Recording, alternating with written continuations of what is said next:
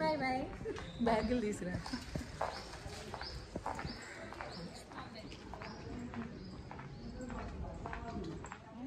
Good morning. Sorry, ఇదిగో మా వాహన చోదకుడు వెంకటేశ్వర స్వామి దర్శనం చేయించే పుణ్యం అంతా ఆయిందే ఇవాళ. ఇదిగో ఆ పుణ్యాత్మురాలు ఈవిడ. Hi, good morning. Thank you. Hello everyone, welcome back to our channel smiley Sujatha blogs. అందరూ ఎలా ఉన్నారు? ముందుగా మీ అందరికీ ఒక స్మాల్ రిక్వెస్ట్.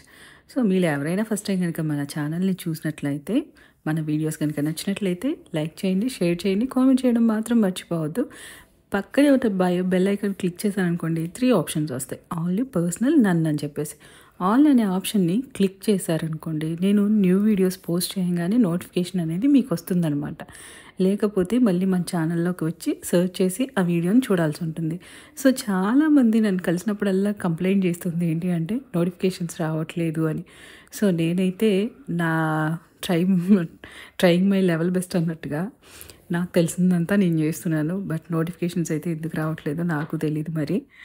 సో ఒక్కసారి please please please my small request and humble request అనుకోండి. మీరు ఎవరైనా సరే ఫస్ట్ టైం మన వీడియోస్ చూసినట్లయితే తప్పకుండా మన ఛానల్ని సబ్స్క్రైబ్ చేసుకోండి. అండ్ అలాగే ఇవాళ వీడియో వచ్చేసి అసలు ఏంటి 7 శనివారాలు 7 ప్రదక్షిణలు, అసలు ఏంటి ఈ గుడి యొక్క టెంపుల్, ఈ గుడి యొక్క విశిష్టత చూసేద్దాము. సో మెయిన్ అయితే ఫస్ట్ టైం వెళ్తున్నాను. మొన్న శనివారం అయితే వెళ్ళామన్నమాట. చూసారు కదా ఎవరెవరు స్టార్ట్ అయ్యాము అని చెప్పేసి. మార్నింగ్ అయితే 7కి అయితే అరౌండ్ 7కి స్టార్ట్ అయ్యాం. ఎందుకంటే చలికాలం మంచు ఉంటుంది, ఆ టైంలో జర్నీ కష్టం అని చెప్పేసి మేము 7కి అయితే స్టార్ట్ అయ్యామన్నమాట. సో అసలు ఎంత బాగా అసలు కోనసీమ అంటేనే ఇక ఇవన్నీ చెప్పనవసరం లేదు. మేమైతే రావులపాలెం దగ్గర నుంచి వచ్చాం. రావులపాలెం నుంచి మనకి వాడపల్లి వచ్చేసి 9 కిలోమీటర్స్ ఉంది. ఆ 9 కిలోమీటర్స్ కూడా మొత్తం పొలాల్లోనే. ఒక ఊరు కదా, చిన్న ఊరు అది. అక్కడ మొత్తం అంతా కూడా ఇలా పొలాల్లో నుంచే ఉంటుంది దారంతా. సో మొత్తం and finally we are here.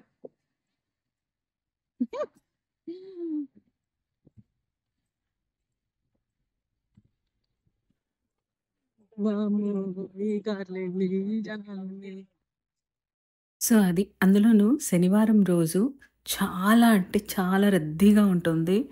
మీరు అందుకనే తప్పకుండా వెళ్ళాలి అనుకున్న వాళ్ళకి నా సజెషన్ ఏంటంటే యాజ్ ఎర్లీ యాజ్ పాసిబుల్, మీకు ఎంత త్వరగా వీలైతే మార్నింగ్ టైము అంత త్వరగా బయలుదేరడానికి ప్రయత్నించండి.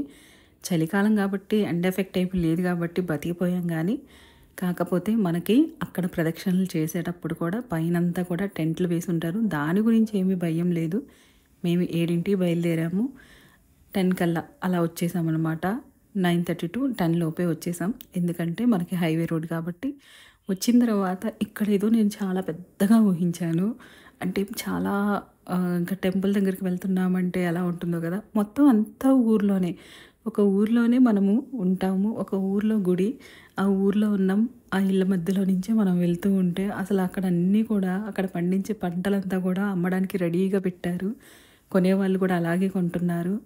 ఇక మొత్తానికి మేమైతే ఫస్ట్ టికెట్ కౌంటర్స్ దగ్గరికి వెళ్ళి టికెట్ అయితే తీసుకొని ప్రదక్షిణ అయితే మొదలు పెట్టామన్నమాట. మేము 200 రూపీస్ది టికెట్ తీసుకున్నాము. 50 రూపీస్ కూడా ఉంటుంది, అలాగే ఫ్రీ దర్శనం. కానీ ఆ రోజు ఉన్నటువంటి రద్దీకి మనము యాజ్ ఎర్లీ యాజ్ పాసిబుల్ దర్శనం అవ్వాలి అంటే 200 రూపీస్ టికెట్ని నేను రెఫర్ చేస్తాను మీ అందరికీ కూడా. ఎందుకంటే చాలా అంటే చాలా శనివారం రోజు మాత్రం మీరు ఎంత త్వరగా వీలైతే అంత త్వరగా వెళ్ళి ప్రదక్షిణ అయితే మొదలు పెట్టేసి 7 ప్రదక్షిణలు కూడా ముగించుకొని తరువాత దైవ దర్శనానికి వెళ్ళాలి. ఫస్ట్ ఏమో మీరు ధ్వజస్తంభం దగ్గర నిలబడి ఆయనకు మీకు కావాల్సిన ఆ కోరిక ఏమిటో ఆయనతో చెప్పుకొని అక్కడి నుంచి మొదలు పెట్టాలన్నమాట. చూసారు కదా, ఒక రౌండ్ కంప్లీట్గా నేను చూపిస్తాను మీకు.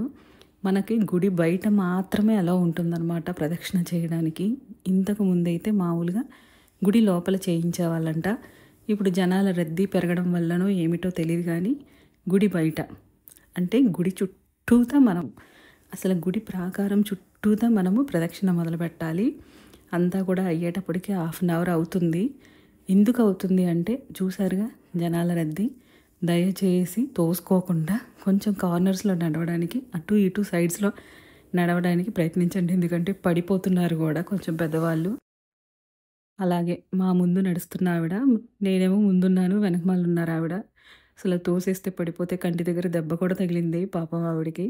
సో, దయచేసి చాలా అంటే అసలు శనివారం మేము ఈవెన్ ఆఫ్టర్‌నూన్ 2:00కి బయటకొస్తే ఆ టైంలో కూడా ప్రదక్షిణలు చేస్తూనే ఉన్నారు. అంటే శనివారం రోజు రద్దీ ఆ రేంజ్‌లో ఉంటుంది. మీకు పార్కింగ్‌లో వెహికల్స్ చూడంగానే అర్థమైపోతుంది.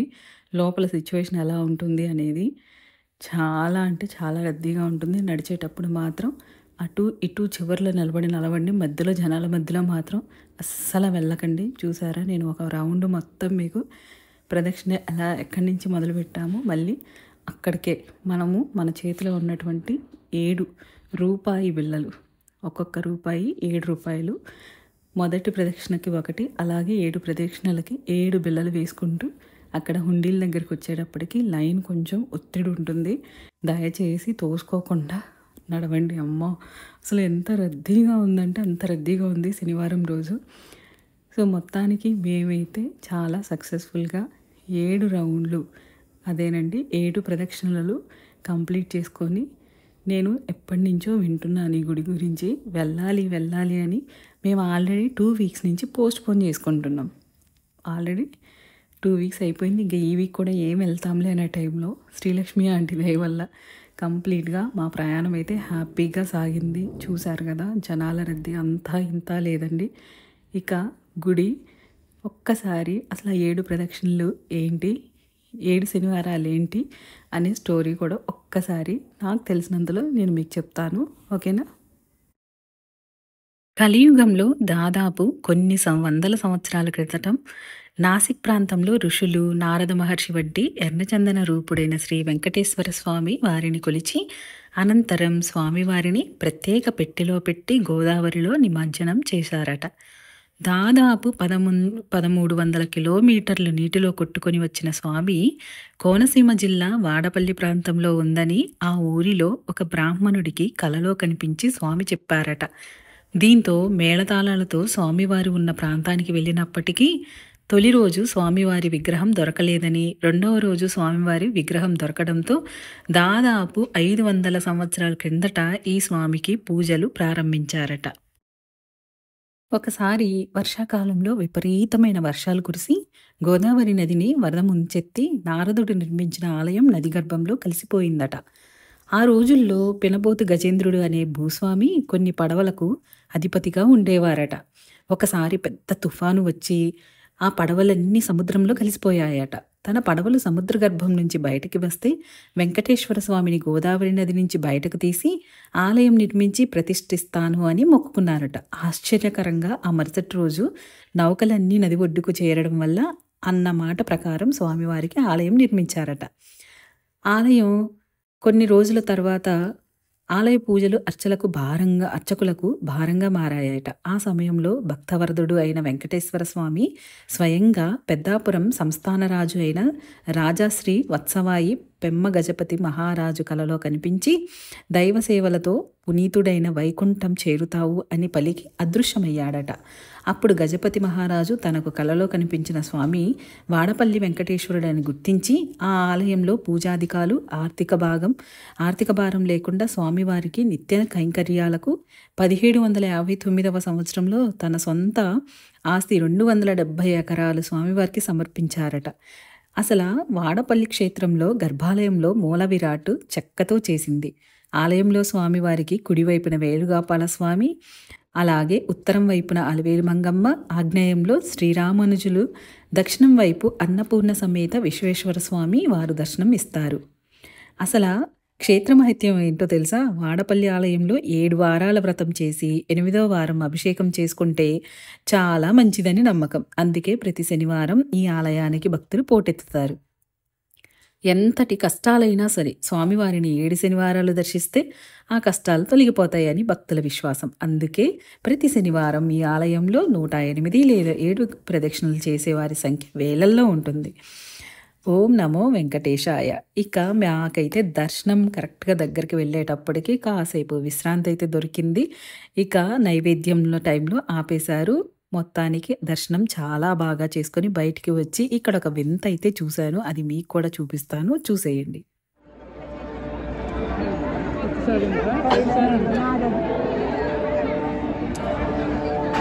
తులసి ఆంటీ అంటుకుంది, శ్రీలక్ష్మి ఆంటీ చెక్ చేస్తున్నాము. చూపెట్టినా ఏదో చూపెట్టానా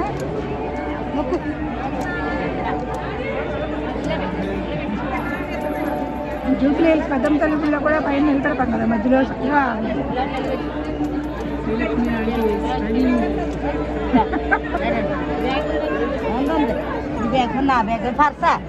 నీళ్ళే తీసుకో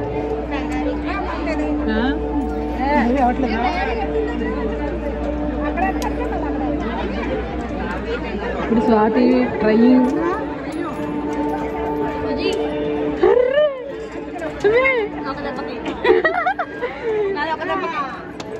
అర్రే శ్రీలక్ష్మి ఆంటీ కంగ్రాట్స్.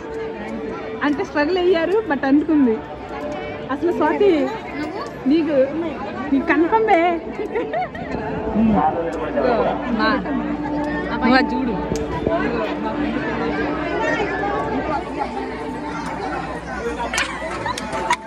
నువ్వు వెళ్ళాలి అదిగిచ్చావా చూడు. ఏం చెప్పాలనుకుంటున్నావు? ఏం చెప్పావు?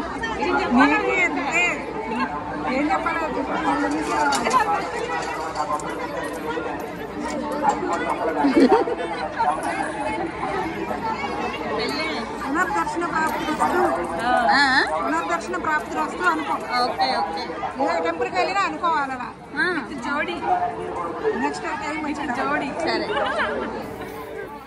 సో ఇదండి నేను మొదటి శనివారం వాడపల్లి వెంకటేశ్వర స్వామిని దర్శించుకున్నాను. సో నాకు తెలిసిన ఇన్ఫర్మేషన్ అయితే మీకు షేర్ చేశా. ఎనీ డౌట్స్ ఉన్నా కూడా నాకు కామెంట్ చేయండి, నేను చెప్తాను నాకు తెలిసినంతలో. మేము విజయవాడ నుంచి రావులపాలెం మీదుగా అయితే వెళ్ళామన్నమాట. చాలా తొందరగా దర్శనం అయితే జరిగింది.